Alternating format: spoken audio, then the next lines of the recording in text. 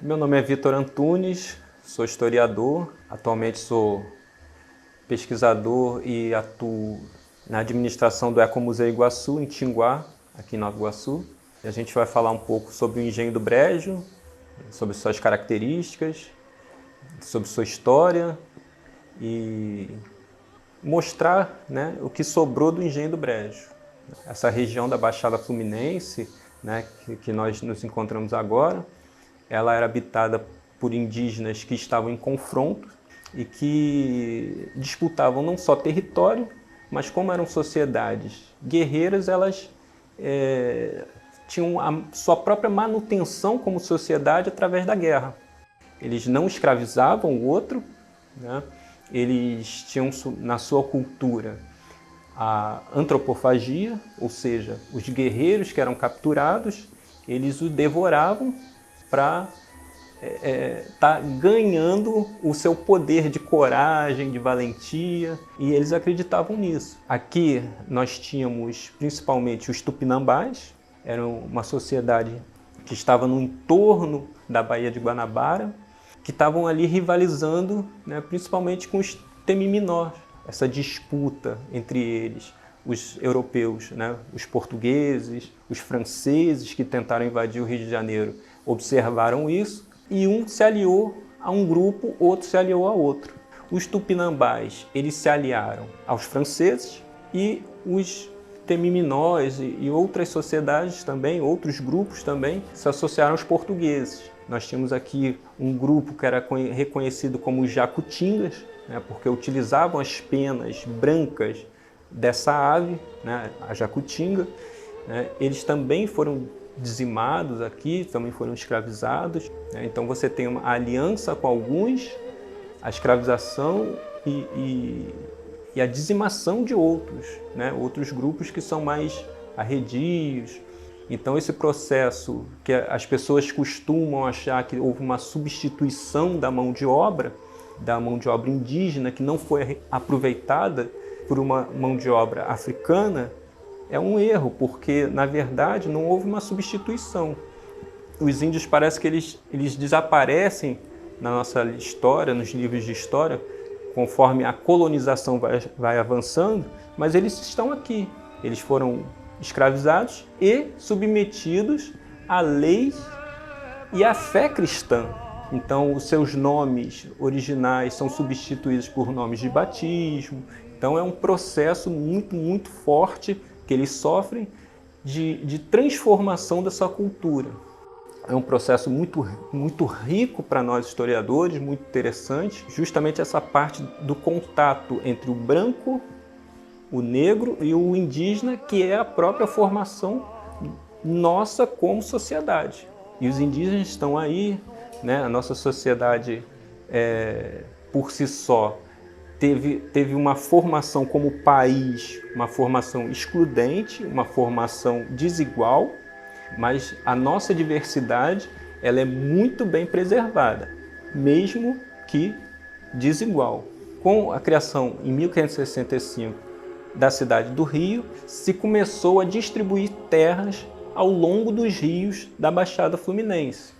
Fluminense significa rios, então era uma região entre duas serras, a Serra de Madureira e a Serra de Tinguá. Ali havia muitos rios correndo para a Baía de Guanabara. Então esses rios eram as comunicações para avançar, né, território adentro. Falar desse contato, falar dessa chegada do europeu no Brasil, nessa região enorme que era o Brasil, é falar da própria formação do nosso território, da nossa expansão territorial, e são as raízes também da nossa formação fundiária, como extensão da sociedade europeia. Nós nos tornamos uma colônia, né, uma extensão jurídica, política e econômica da metrópole Portugal. Então nós temos que pensar sistemas que vieram importados para nós aqui, que chegaram aqui para a gente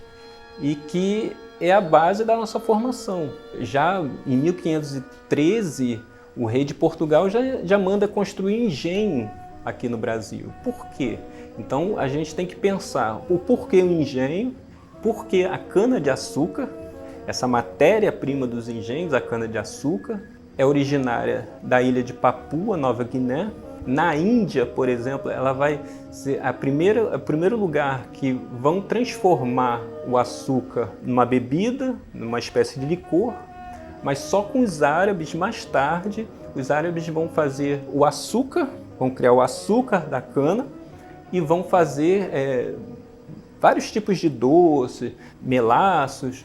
Vai ser um produto altamente consumido na Europa, muito caro.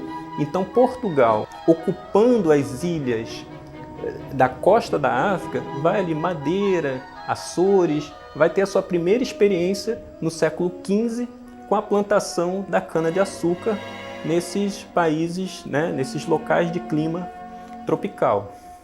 Aqui no Brasil, Portugal achou uma situação ainda melhor, ainda mais propícia para a cana-de-açúcar.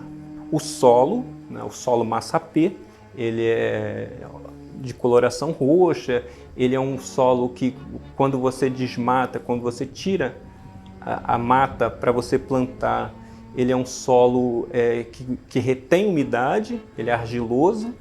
Então esse solo foi muito, muito bom para a plantação de açúcar, da cana-de-açúcar. Ela tinha uma característica assim, muito interessante em relação aos outros lugares, que ela não precisava ser replantada por muito, muito tempo. Aqui a cana não precisava ser adubada. É toda uma situação propícia para a cana-de-açúcar. Não só o valor que ela atingia lá, mas as condições climáticas também muito favoráveis. Especificamente na Baixada Fluminense, essa distribuição dessas terras, dessas sesmarias, tem a ver com a expulsão dos franceses e tem a ver também com a própria formação da cidade do Rio de Janeiro. Ou seja, era estrategicamente importante. Partindo do Rio de Janeiro em direção ao interior, o botânico francês Auguste de Saint-Hilaire, em 30 de janeiro de 1822, afirma que após 4 léguas, a estrada já se apresenta um pouco menos uniforme, atravessando inúmeros brejos, principalmente nas mediações da paróquia de Santo Antônio de Jacutinga. Já o comerciante alemão Ernest Hasenclever, indo do Rio de Janeiro para Minas Gerais em 1839, se refere assim ao lugar após pernoitar na simpática aldeia da Pavuna com muitos ranchos à beira da estrada. Seguindo nosso caminho, que subia lenta e constantemente pela planície, variando entre terreno pantanoso e arenoso, topamos com um lugarejo brejo, totalmente insignificante. Atravessamos um riacho límpido, Taipu, onde antigamente havia casebres de índios e onde agora moram pescadores brasileiros. A primeira estatística realizada no Brasil durante o governo do Marquês do Lavradio, entre 1769 e 1779, afirma que na freguesia de Jacutinga constavam 7 engenhos. O do Brejo aparecia com 35 escravizados, fabricando 25 caixas de açúcar e 8 pipas de aguardente. O relatório do Conde de Resende de 1797 descreve como proprietário da propriedade denominada Brejo Antônio Maciel da Costa, de 56 anos, solteiro. O engenho possuía 800 braças de testada e 1.500 braças de fundos. Totalizava 6.348 km². Possuía 18 escravizados, homens e 7 mulheres, todos e todas maiores de idade. Sua produção era um total de 1.000 arrobas de açúcar, 12 alqueires de feijão, 10 de milho e 160 libras de café. Do total produzido, vendia 800 arrobas de açúcar, as 160 libras de café e ainda 23 pipas de aguardente. Possuía ainda 46 bois, 14 vacas, 50 ovelhas e 28 bestas muares, de acordo com o relatório do Conde de Resende. Vale ressaltar aqui que administrar um engenho era muito mais que apenas produzir e comercializar o açúcar. Era, antes de tudo, um microcosmo de poder local, pois se administrava bens materiais e pessoas, escravizados, agregados e dependentes. Tanto é assim que os senhores de engenho são a primeira elite econômica do país, chamados de nobreza da terra. O engenho do Brejo aparece em destaque na Carta Topográfica da Capitania do Rio de Janeiro, de Manuel Vieira Leão, de 1767. Já na Carta Geográfica da Província do Rio de Janeiro, de 1823, aparece em destaque o engenho da Posse e os padres beneditinos, mas não mais o engenho do Brejo. Em 1816, o barão de Jacutinga, Manuel Bernardes Pereira da Veiga, adquire a fazenda do Brejo. Em 1843, a vende para o Visconde de Barbacena. No Almanaque Lamer, do ano de 1848, aparece como negociante e não como fazendeiro, na freguesia de Santo Antônio de Jacutinga, o Visconde de Barbacena. Este, na verdade, foi o segundo Visconde, irmão do Conde de Iguaçu, Pedro Caldeira Branco, ambos filhos de Felisberto Caldeira Branco Pontes de Oliveira e Horta, Marquês de Barbacena, imponente político do Império Brasileiro. Valdir Pereira, no livro Cana, Café e Laranja, afirma que o Marquês de Barbacena, Felisberto Caldeira Branco Pontes, foi o responsável pela introdução de mais 3 espécies de cana vindas da Jamaica ao Brasil: a Imperial, a Malabar e a Batávia. Assim eram conhecidas, além destas 3 no Brasil, a Caiena e a Mirim. De acordo com o Registro Paroquial de Terras, na folha 3, no assento de 30 de novembro de 1855, comparecem para lavrar escritura da propriedade de Carvalho e Rocha, com X, entre as freguesias de Jacutinga e Meriti, denominado Porto do Brejo.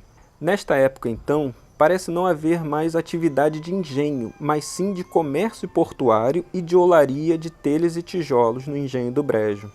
Este Rocha é Manuel José Coelho da Rocha, que comprou o engenho do Brejo, talvez em 1851 ou 53, e administrou os negócios da propriedade. Inclusive foi ele que doou parte das terras para a construção do trecho da estrada de ferro Rio Douro, a Ferrovia das Águas, que passava pela localidade. Em 1855, de acordo com o Almanaque Lamer, aparece descrito como negociante na freguesia de Jacutinga a firma Carvalho Júnior e Companhia. Abre aspas, no Porto do Brejo, recebem café a embarcar para o Rio de Janeiro e o compram. Tem grande sortimento de fazendas de todas as qualidades, ferragens e molhados e um grande estabelecimento de olaria, tijolos, etc. Fecha aspas. Em meados do século XIX, observa-se que a região de Campos dos Goitacazes, São Fidélis e Macaé, com seus engenhos já movidos a vapor, já havia se tornado o grande epicentro da produção açucareira na província do Rio de Janeiro. A região da Vila de Iguaçu, na década de 1850, sofreu enormes e terríveis consequências devido às epidemias, principalmente de cólera. A partir do ano de 1833, a freguesia de Santo Antônio de Jacutinga se tornou parte da Vila de Iguaçu. Com o café se tornando o principal produto de exportação do Brasil, muitas fazendas e os engenhos da região viram seu comércio afundar. Em 1858, inaugura-se a segunda ferrovia do Brasil, ligando o centro do Rio de Janeiro até Queimados, na freguesia de Marapicu, quase que exclusivamente para o transporte de café que vinha do Vale do Paraíba Fluminense. Muitas fazendas iniciam um processo de loteamento de suas terras na região. Isto tudo está registrado nos diversos processos de inventário nos arquivos cartorários. Há alguns relatos de engenhos, todos eles fragmentados, que funcionaram até a primeira metade do século XX, produzindo cachaça, melado e rapadura apenas para o comércio local e feiras livres. Interessante verificarmos que para essa grande quantidade de produção açucareira e de olarias é necessário, por sua vez, uma gigantesca quantidade de lenha. Tanto é que no relatório do Conde de Resende, cada propriedade é descrita como fogos, não só para as caldeiras dos engenhos de açúcar e engenhocas de aguardente, mas para tudo. A lenha era o combustível. Tanto é assim que na região de Iguaçu, próximas aos seus rios, se verificou a formação de quilombos, ou seja, escravizados que fugiam das unidades produtivas que perceberam em algum momento que sua principal atividade para se manterem foragidos seria justamente o contrabando de lenha para taberneiros, até mesmo na cidade do Rio de Janeiro. Os quilombos, principalmente aqueles concentrados ao longo dos rios Sarapuí e Iguaçu, ficaram muito conhecidos pela sua organização e dificuldade das autoridades em combatê-los e perpetuaram por quase todo o século XIX. Devemos sempre lembrar que a cana-de-açúcar está associada à formação mesmo do nosso país e lembrada como uma riqueza aqui produzida. Mas riqueza de quem e de que grupo, né? A cana é sempre moída para o seu beneficiamento, transformada em garapa. E os corpos pretos que para cá vieram, sequestrados do seu continente, o que produziram? Moídos produziram suor e sangue. Só que a garapa, transformada em açúcar ou cachaça, era exportada em navios. O suor e sangue aqui ficaram, irrigaram nossa terra. Seus navios, chamados tumbeiros, eram apenas para trazer esses corpos pretos como mercadoria. Os escravizados e escravizadas que aqui trabalharam foram apenas transformados em números por pesquisadores do passado. Os senhores de engenho tinham nome, família, parentesco, ascendência e descendência. Para se moer a cana-de-açúcar, havia sempre um facão colocado ao lado da moenda, preparado para decepar a mão ou braço para quem era incumbido desta tarefa e, por descuido, acontecesse um acidente. Hoje, ainda podemos visitar as ruínas da antiga Fazenda do Brejo, no centro da cidade de Belford Roxo. Ocupa uma área de aproximadamente 83 mil metros quadrados, muito inferior ao total do século XVIII. A cidade pertence à região metropolitana do estado do Rio de Janeiro. Outrora a região era denominada Recôncavo da Guanabara e mais tarde Baixada Fluminense, como hoje é conhecida. Essa região ela é densamente povoada, com todos os problemas de uma região periférica: saúde, segurança pública, saneamento, água potável, transporte, poluição. Como em grande parte da Baixada Fluminense, sofreu o processo de febre dos loteamentos, principalmente na década de 1950. Contribuíam esses loteamentos às ferrovias que ligavam a região ao centro da cidade do Rio de Janeiro. O Rio, ao se industrializar, a partir dos anos 50, necessitava de mão de obra que foi atraída. Essa mão de obra precarizada, que novamente irrigando a terra com suor e sangue, não recebeu em contrapartida seus direitos mais elementares para uma vida mais digna em sua imensa maioria. Ainda hoje se pode visitar as ruínas do Engenho do Brejo, de propriedade da Faculdade Uniabel, no centro de Belford Roxo. Nós visitamos as ruínas, ainda tem alguns vestígios, testemunhos da época, como a roda de pedra do engenho, chafariz.